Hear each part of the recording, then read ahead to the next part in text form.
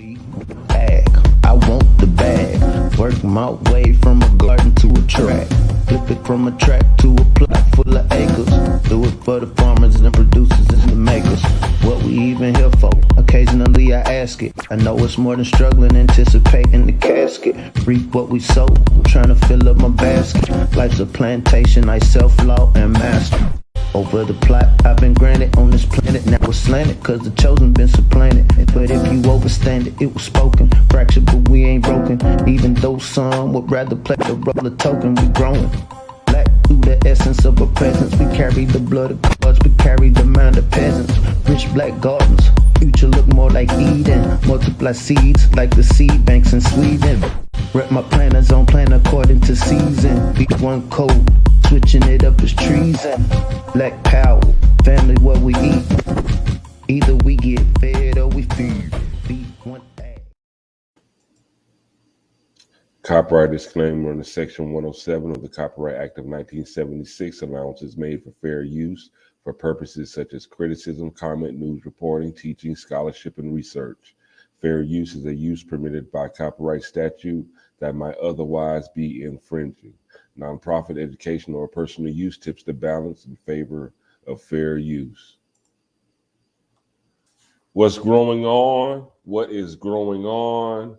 What is growing on? Welcome back to B1AG. I'm John Henry Harris. We also have Farmer Brown EMC.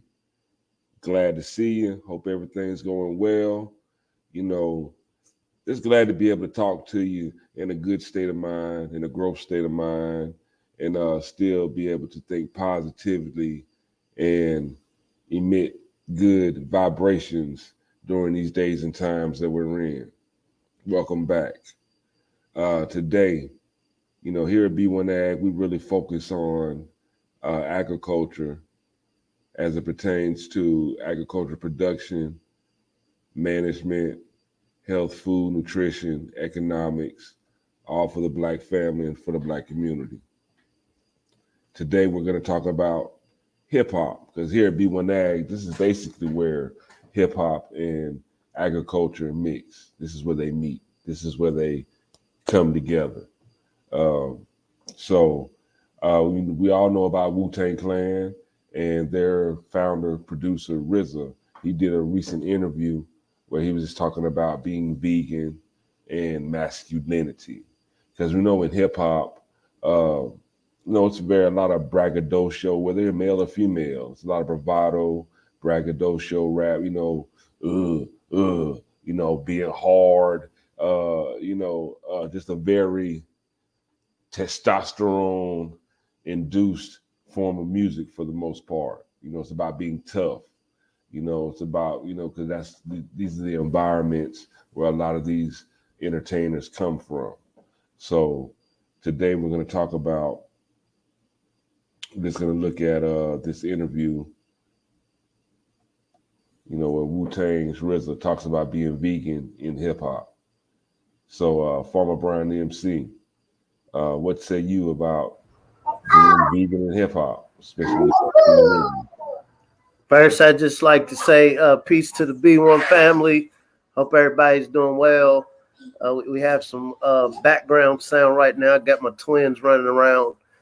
But yeah, we're in a time and space right now where a lot of archetypes, whether we're talking about entertainment, whether we're talking about politics, general human activity, are being challenged.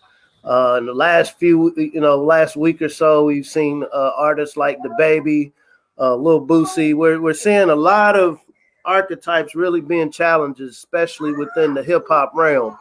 I was personally, as somebody who can appreciate word and art, pleased with Jadakiss and the Locks, and their display of hip hop. I think they represent it very well, especially for the more hip hop inclined culture versus rap, because there is a difference. But saying that to say, I think, and I'm tying that together with RZA, there is a large groundswell of what we'll call masculine, male, unashamed, unapologetically male hip hop artists going into veganism. When you look at the metaphysics of hip hop and what it represents, and this does kind of tie in with what's happening with DaBaby right now, it represents obviously a lot of us can't take up arms and challenge those forces which affect our community. I mean, we could, but how many people's gonna come and have your back? We see in the political realm, it's almost like the more beat down you are, the more voice you're gonna have, because I know you're not really gonna come with nothing that's gonna help your people. And so hip hop, to me, just in my personal opinion, is like the last stand in many ways of particularly melanated male masculinity, melanated voice of assertion, of unequivocal power. And we're watching in real time how that's being broken down. Now, people, you got this proverbial game of uncle going on. And so I think him doing this interview, and RZA's not new to this. I remember in high school, people thought Wu-Tang was kind of weird. We're in a more southern region. And so, we're the home of the barbecues and ribs and all of that. And so it was almost kind of abstract. Like, why would these cats from the East Coast be on this veganism and health and all of that? Why don't you eat up, steak and fettuccine? Come on. But I think now, as we see all of these changes going on, not just with hip hop, but we see within the food system. Just in this last week, we saw that the federal government, matter of fact, international governments talking about, global climate change. And we've talked about this before, but I mean, now it's actually come out public that there are going to be some serious changes to the way we eat meat, those that eat meat still. People who produce meat. We know that 48% of melanated farmers who are making money within agriculture are producing livestock. This will be your cows, your sheep, your goats, poultry producers. This would be like your turkeys, your chickens, so to speak. All of these dynamics are changing before our eyes. And here at B1AG, we don't like to dwell on the problems more so than the solutions. And so I think this is a great flashpoint moment of RZA, getting this spotlight, considering the position he holds in hip hop culture, tied in with what's happening with the food culture right now. And I will mention, it's very interesting, he's in New York. We know there's a lot of other paradigm changing things going on in New York right now. So we're going to touch on a little bit of all of that.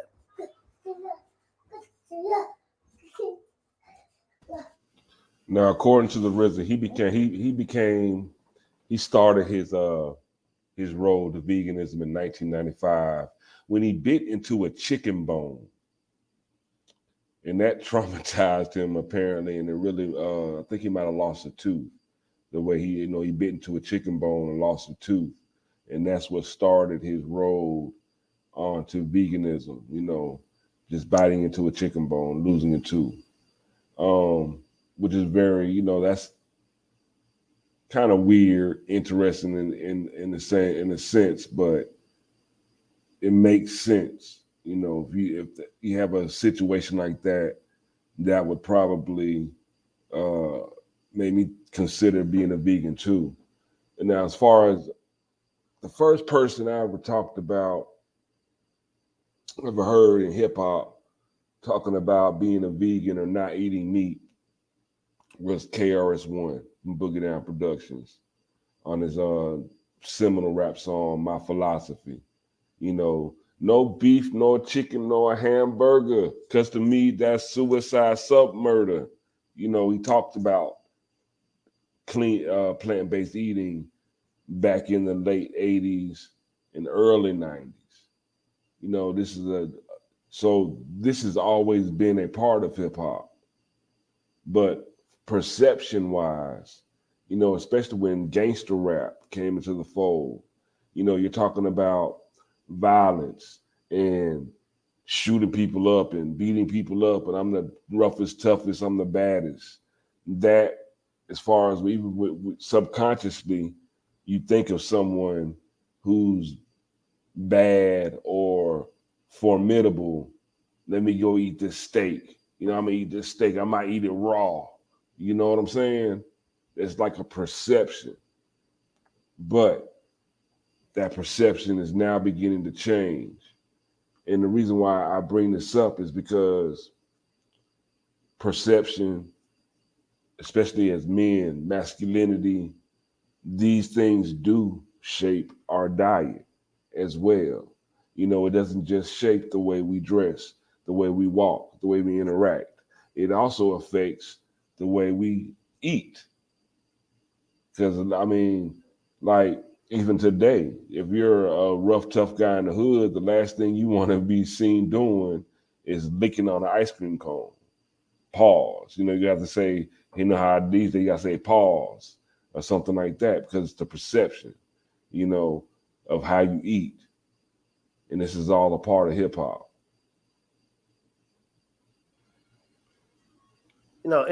Seeing is believing. Going through this article, he's talking about his 15-year-old son is 6 foot tall, right?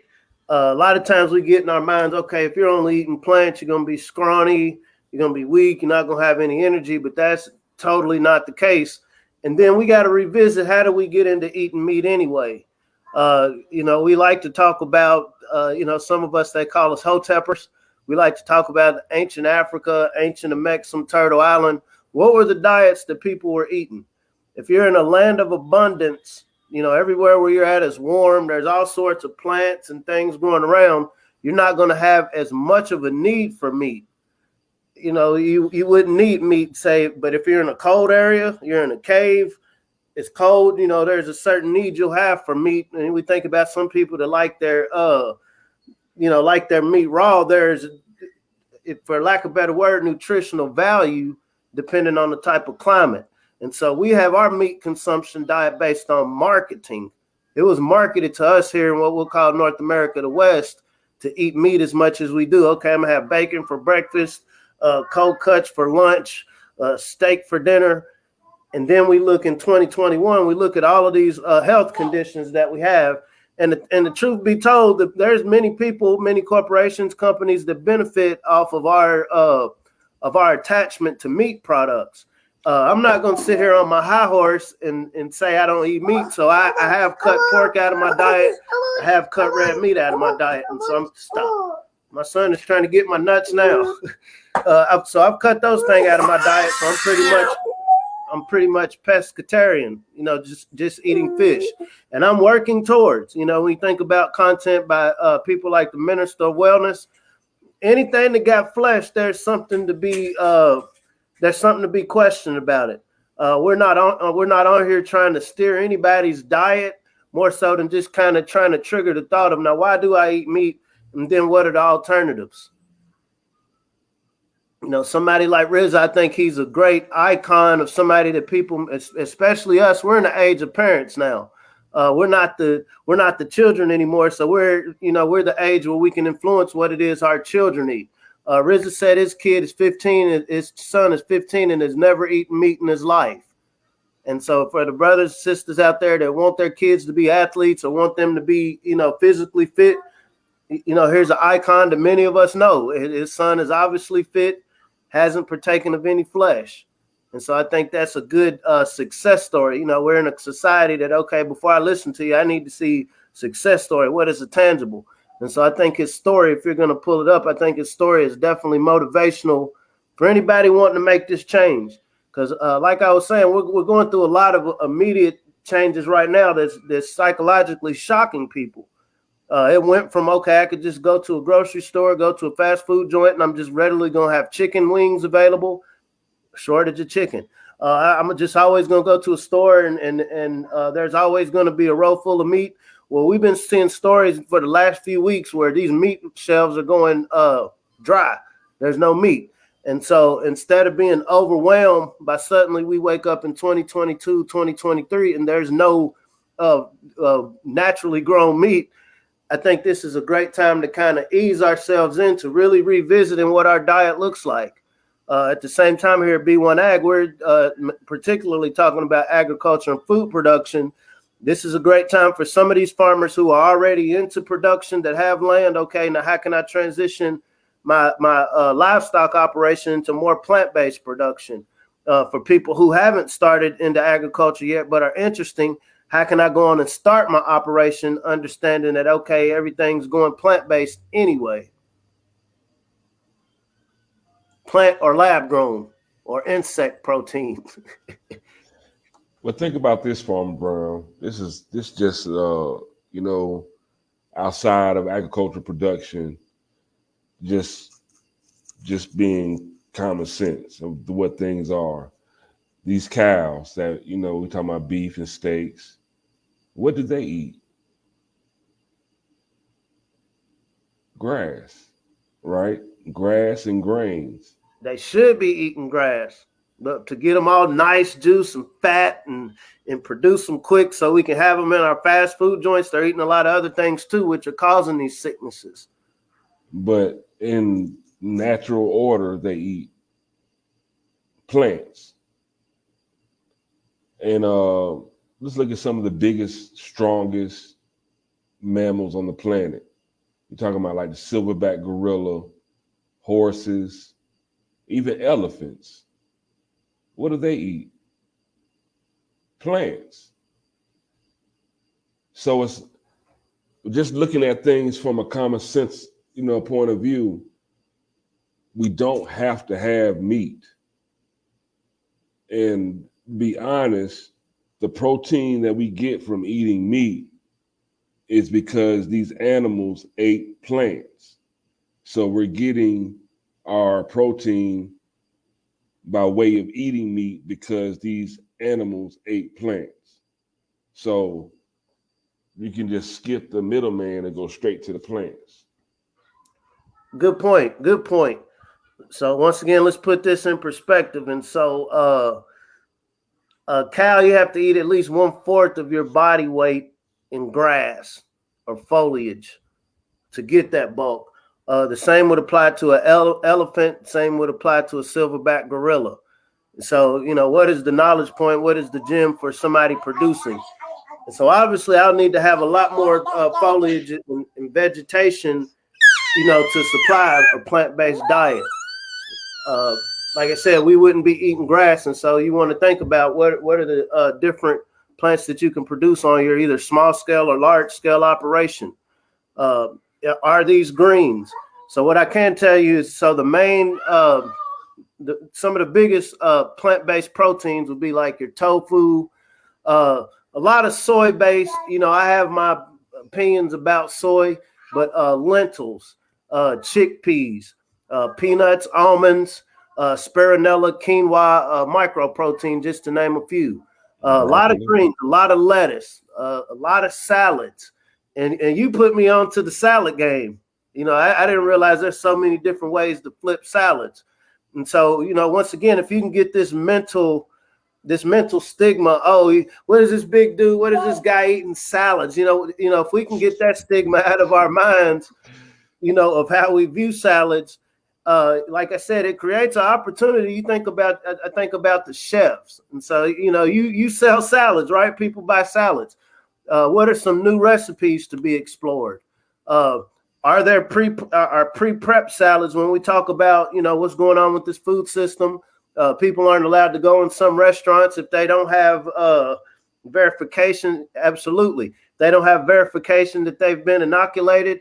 And so as we're thinking about what do these pre-prepared meals look like when we're trying to come up with these local food systems, vegan, plants. It's a lot easier to store your plants than trying to store meat, just space-wise. And then once again, health. With meat, you have to do a lot. You have to put a lot of preservatives, a lot of salts to preserve your meat versus with your plants. These are easier to store. You can ship them better. And at the end of the day, it's healthier products. Once again, we're not here to give medical advice, but if you talk to the elders from Dr. Sebi or Dr. Valentine's, they'll let you know, plant-based, that's some of the best, that is the best medicine. I'm not Dr. Somebody said Fauci. That is the best medicine is a healthy diet, and the healthiest diet will be plant-based. Just like when you're thinking about doing a business, we want to get in the business of helping our body be the best functional body. You want to cut out the middlemen, because the more middlemen you have, the less money, less economy, less nutrition you get coming in. And so going back to that, you gave a great analogy with what is it that a cow eats. A cow or a bison or large animal generally ain't going, okay, before I can eat this grass, it's got to go to somebody that's going to put it into a patty, then put it into this, then store it, then ship it. And so all of those costs, those in the sense of food system, is cost of nutrition. Every time, every cycle of processing anything we're talking about, it loses nutritional value. And so when we're talking about plant-based, when we're talking about vegan, you retain more of the nutritional value, which is why we eat. Eating in the West particularly has become a social a social event versus recharging. Humans in eating is equating to taking a plug and putting it in a wall. It's charging. And so if I'm losing all of my charge potential because of the heavy processing, you know, I'm having to raise these animals fast. I'm having to raise them in these, what they say, you are what you eat. I'm jumping off subject, but on. So think about this fear. Right now, I think there is absolutely a pandemic of fear going on. And when you think about what a lot of these animals are going through during the course of their being produced, they're fearful. Oh my God, I see these shiny metal things, and I noticed that when my little pig friend, my little cow friend, my little chicken friend leaves, they don't come back. They're in a constant state of stress. Their body is in constant stress, and this stress is in the blood. When you're eating flesh animals, you are what you eat. So you eat a piece of whatever that stress was, whatever they've been eating, whatever antibiotics that they've been eating that are now becoming resistant. And so we're taking on a piece of all of that. So saying that to say right now, well, what's going on is the perfect reason. It's the perfect justification. Like, okay, man, I ain't square. I ain't soft because I'm going vegan. I'm going vegan because look at how they're producing the meat that I'm eating. It gives us an excuse because some people need an excuse to make a change. And so all I'm saying is right now it's the perfect excuse for us to really, as a collective, it doesn't mean everybody's going to stop at the same time. Like I said, I still eat fish. I've eaten fried fish in the last few weeks. I'll be honest. But I understand now, okay, I'm in a position now where I can minimize that to where by the time my children are teenagers, they don't even have a taste for meat. And so I understand this is a process. It's not overnight. Dairy products, more and more research is coming out now that dairy products are, you know, coming from a cow are unhealthy. What does that say about our cheese pizzas? What is that? Well, you know, there's almond milk. There's other forms of milk. So saying that to say, as we're having these conversations, as we're seeing all of these changes within food systems happen, this is our opportunity not only to change our personal diets, but for entrepreneurial-minded people. We see where this direction is going. The same way Hormel made a come up when people decided that, hey, I'm going to start eating this thing called bacon for breakfast. They're a multi-billion-dollar business now because they found a product of a pig that nobody previously ate. They turned it into a value-added product, bacon. And so we're in that point in time now where we can create new products based around vegan diets.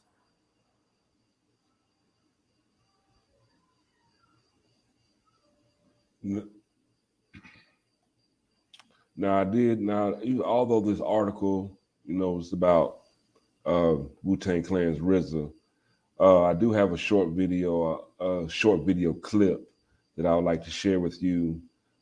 Basically, it's from a complex interview where they're talking about hip hop and veganism, and they were interviewing Jermaine Dupri, you know, popular writer, producer out of Atlanta, Georgia. You know, he discovered Criss Cross, wrote Mariah Carey's Grammy Award-winning Songwriter of the Year. You know, great talent. And he's been vegan for 14 years. And I'd like to share with you what he had to say about becoming vegan as well.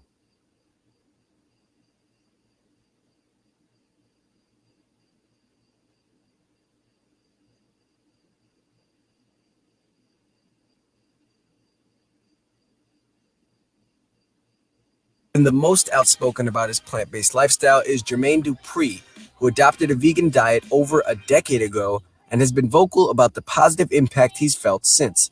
I caught up with him at Green Soma Vegan in Atlanta to find out more.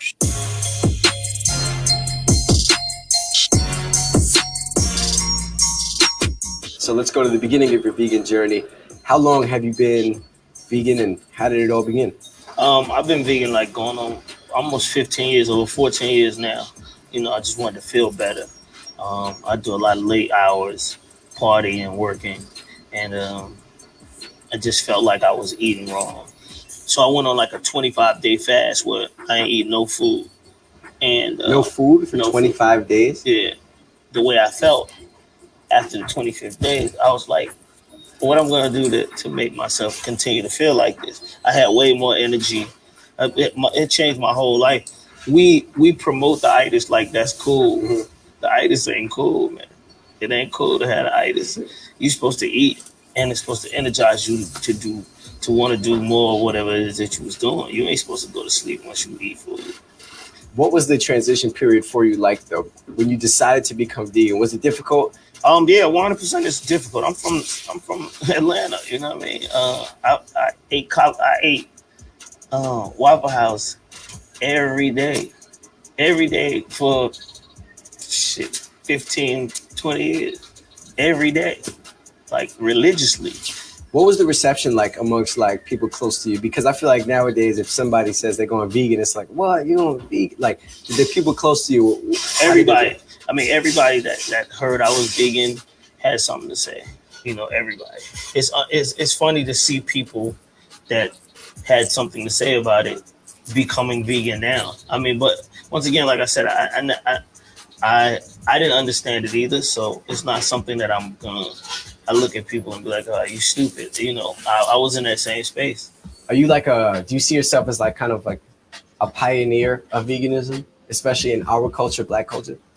Yeah, 100%. But as far as getting younger people into veganism and introducing it to, you know, people that weren't into it or never heard about it, I'm that person that's definitely been, I mean, you know, they might not give me that credit, but I'm the person that people be talking to like, okay, JD, what should I eat? Where should I go? Like, I'm gonna tell you, they got these shrimp in here, right? This is the only place in Atlanta that's got these shrimp. I brought Bow Wow, his assistant, his homeboy, all of them over here to have these shrimp, and they can't stop talking about them. Yo, we're gonna get them shrimp, And I'm like, yo, y'all not even vegan. It was the idea of the taste tastes so good and it's healthy. I might be able to do this. And I just happy to be a part of something that's growing and is creative, you know what I mean, and exciting, you know what I mean. I think life gets boring really fast, so just to be excited about eating is something different. Yo, Yeah, that's all we have today. what is it? It tastes like shrimp, bro. For real. No, for real. He said, what is it? But what is it for real? This is a fruit. A root. A root? Yeah. All right. Yo, that's crazy. This shit really tastes like shrimp. And it looked like shrimp.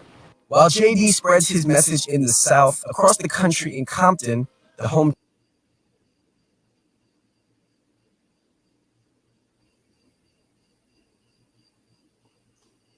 So you see, it's like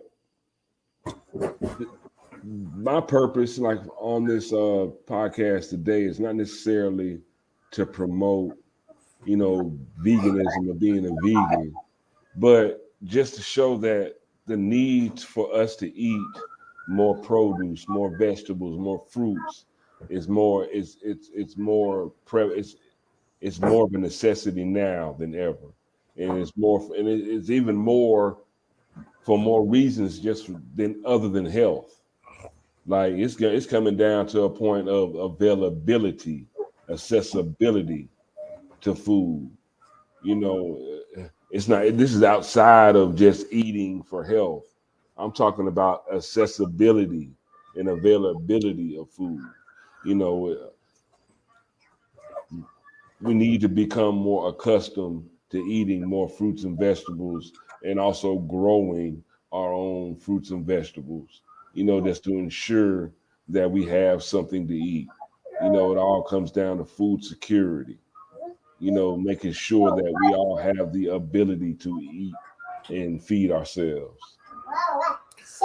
You know, you think about the huge opportunity for mobile kitchens right now. Specialized on, you know, we're here in Kentucky, but I think about in the larger cities how very valuable that will be for specifically because you've got hot dog trucks, you know, different types of mobile vehicles, but literally a fleet of just vegan menus. You don't have to trip over each other's feet. And so I had never seen vegan shrimp before. I think that's pretty interesting.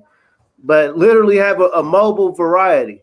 Because like I was saying, we see, and I know up here in Kentucky right now, there's some restaurants saying, hey, if you can't verify that, you know, you've had certain medical experiments, you're not going to come in our establishment. I almost think it's pointless arguing now. I feel like people are going to stand on whatever side of the argument they are.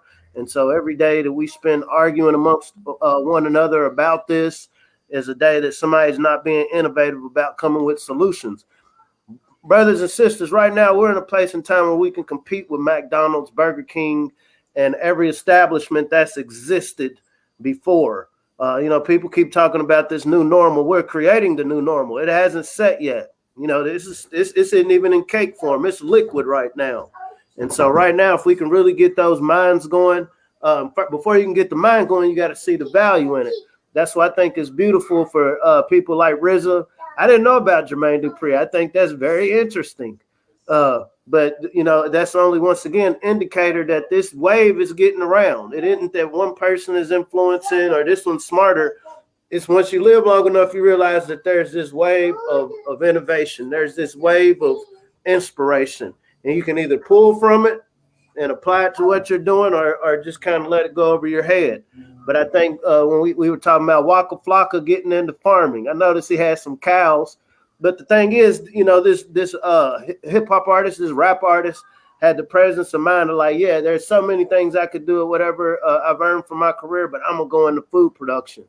And I think that's a much more healthy archetype. That's a much more beneficial mindset for the melanated community than, okay, I got this extra bag. Now let me poison you. Let me get you to vax that thing up. Let me get you just, do everything that's not going to help you reproduce into the next generation. We're in a great opportunity right now, family. Once again, I smile. I hate to smile because I know there's so many people right now going through stress, but you also understand the huge opportunity that lies in front of us. Because right now, the rest of the world is confused. People are confused. Everything that we thought was going to work, didn't work. It's actually making things worse. There are going to be more lockdowns, family. Right now, I got my children with me here today because there was a big breakout, where they go to their child care during the day. And so in dad's mind, okay, I'm fortunate I can work from home. And so I'm just, okay, what does this home curriculum look like? There's a lot of uncomfortable changes that we're going to absolutely have to deal with. And so it's better to think about them beforehand than for them to come up on you and then suddenly you're in crisis mode. All we're saying here at B1AG is you incorporate growing food in an at-home curriculum, not only just as a curriculum for your offspring, but when we're thinking about innovative ways to engage in entrepreneurship in a changing world. We're at a 50-50 split of VED versus unVED. This means there's going to be a large percentage of people that whether they're protecting their rights, whether they just, don't want their body invaded for whatever reason, they're going to need somewhere to eat. We're watching every day. If you look at the news, and these aren't conspiracy sites, this is mainstream news showing you there's food shortages. Whether it's make-believe food shortages, fear-mongering. I go to some of these stores and, hey, what used to be an aisle full of food is no longer an aisle full of food. I don't need a tinfoil hat to see that. And so saying that to say, once again, I see the opportunity. When I think about the network of farmers we have up here in Kentucky, not only is this great selfishly for my family, that I understand, okay, yeah, if all of these things do continue, I at least got a network of people I can, hey, man, you got this, you got that, you got this. But I also see the opportunity on their end because there's now more people in the community to see the value of what they produce. And so my thing is, how can we make this grow more viral than the Delta variant? How can we make this local food variant go viral within the melanated community? How can we pinpoint it to veganism? Am I saying that, okay, upon you getting this enlightenment that vegan is healthy, that your journey is going to start immediately? I'm not saying that at all. But the earlier we can acknowledge that it's either go vegan or deal with this lab-grown meat or deal with this insect-based protein, because these are the choices, family, or plant-based meat. Once again, when we're talking about plant-based, that calls for a lot more plants. We know that the people who are very integral in buying the COVID test and then issuing the inoculations own 246,000 acres of farmland. And so once again, this is our opportunity to compete with the big dogs. We see that the big dogs are heavily vested in incorporating tech into food production. And so can we cooperate? Can we operate in cooperative economics? Can we operate in networks, regional networks, to where, okay, maybe where I'm at up in New York, getting the best place to grow grains or whatever particular ingredient I will be selling this way. But this encourages me to make a better relationship with some producers in Ohio, some producers down in Georgia. Maybe in Georgia, this is where I'm gonna get my legumes from, my sweet potatoes, my potatoes. Okay, maybe over in Michigan, maybe over in that area, this is where I'm gonna get my greens from. Maybe up here where I'm at, since it's a colder environment, maybe I just might really just focus on herbs and plants that I can grow indoors. Once again, there's a lot of opportunities to network. So here at B1AG, we just want to have this conversation to contextualize the possibilities, because there are many. Every day I'm seeing all of these little stumbling blocks being thrown at the family. For each stumbling block, there's a million different ways to level up from them. And so once again, is really looking at this in a positive growth state of mind. Much respect to RZA. People like Styles P. I think about, okay, hey, they came with it with the verses, but I'm hoping, just like they said, Jadakiss's plays and streams went up like 200 times.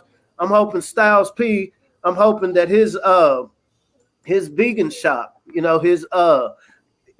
has health shakes, right? He has a vegan shop. And so I'm hoping that they go up. The same way people are supporting Jadakiss and Locke's music, support the other things that these brothers have going on. You know what I'm saying? And so once again, as a family, we need to make this go viral.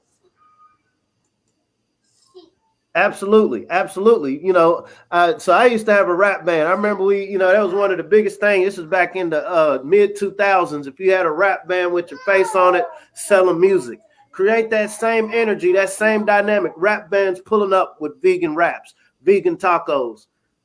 So yeah, this is a huge opportunity. And also, as part of this article, RZA actually revealed that he's partnering up with BioLife. Now, they're a vegan cheese company, but they're actually giving out 5 plant grants for $20,000 a piece to Black-owned restaurants, for coming up with inventive vegan recipes, plant-based recipes and foods. They're giving away $100,000 to split between 5 people, 5 Black-owned restaurants. The company, again, is BioLife.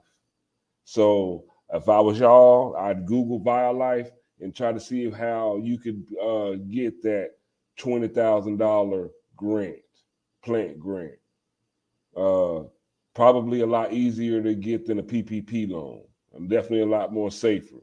So if you're a Black restaurateur, restaurant entrepreneur, get a hold of BioLife, because they are offering $20,000 grants to Black restaurant owners. And you'd be surprised how quickly people in the Black community are becoming vegan. This is becoming a real thing. What was the numbers again, Brian? Do you remember to what percentage of people of our community is going to? I know it's 80% growth.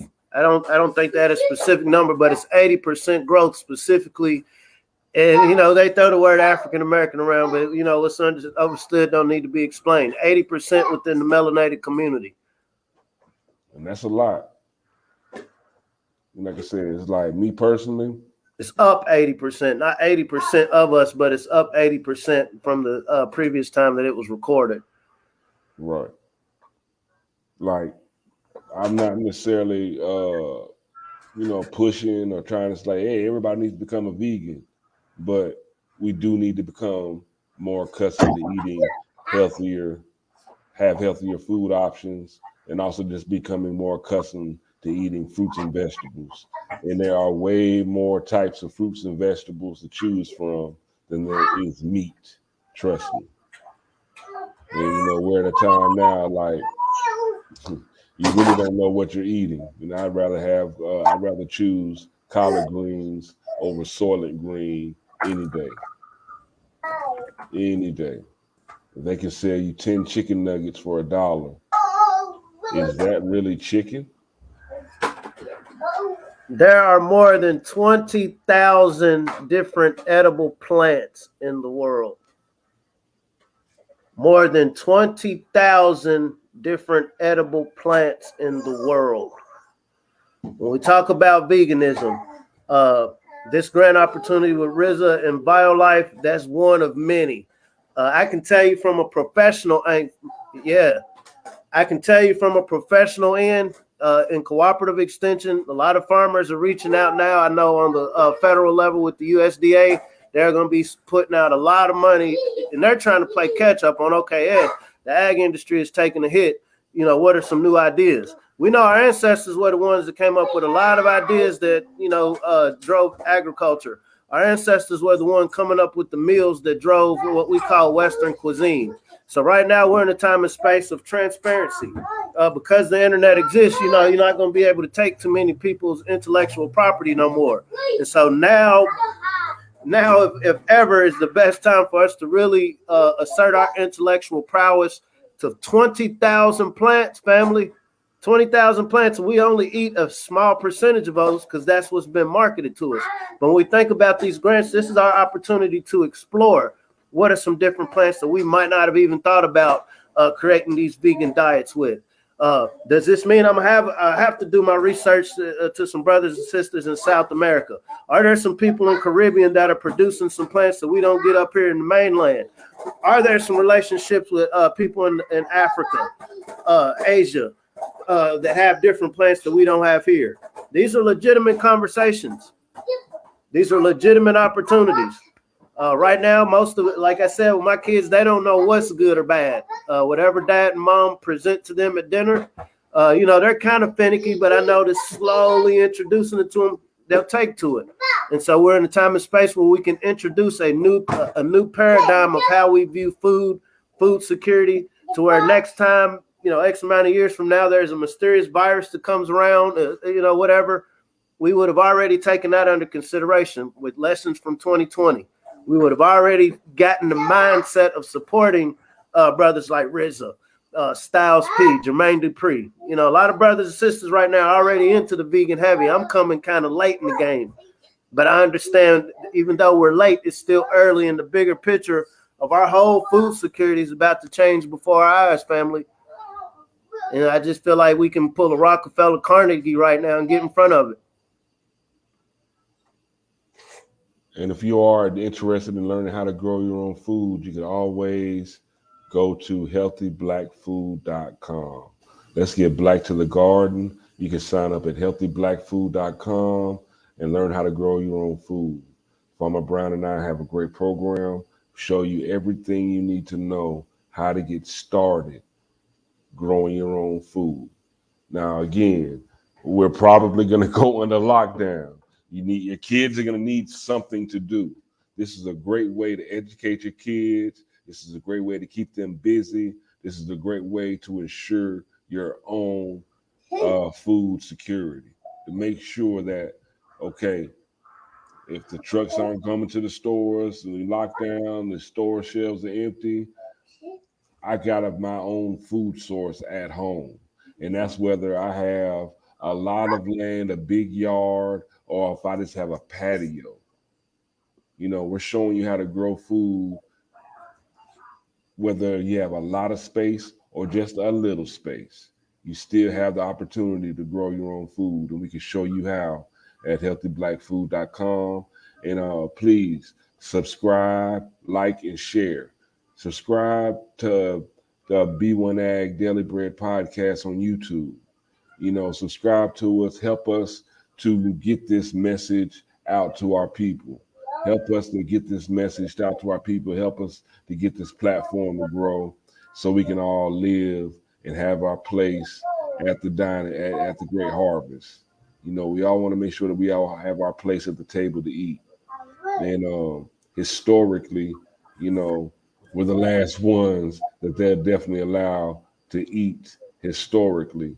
So let's just go ahead and build our own table, make our own plates, and have our own seats and make sure that we have our own food to eat. Farmer Brown, been a pretty interesting story.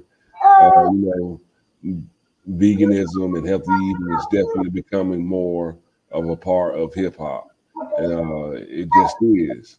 You know, no matter how big, bad, and rah these rappers are, they eating some fruits and vegetables because it just makes sense and it's healthy, you know, and healthy is true wealth. And at the end of the day, Farmer Brown, if you really want to know something, what do the people need to do, bro? If you really want to know something, you really want to tap in, you really want to resonate with this ancestral infinite wave, if you really want to know something, let's learn how to grow something. Let's grow together. Let's grow abundantly. Have a great day. Have a great week. Going into the weekend. Let's be safe. Let's be loving. Keep your eyes open, head on the swivel. And until next time, B1AG, we're out.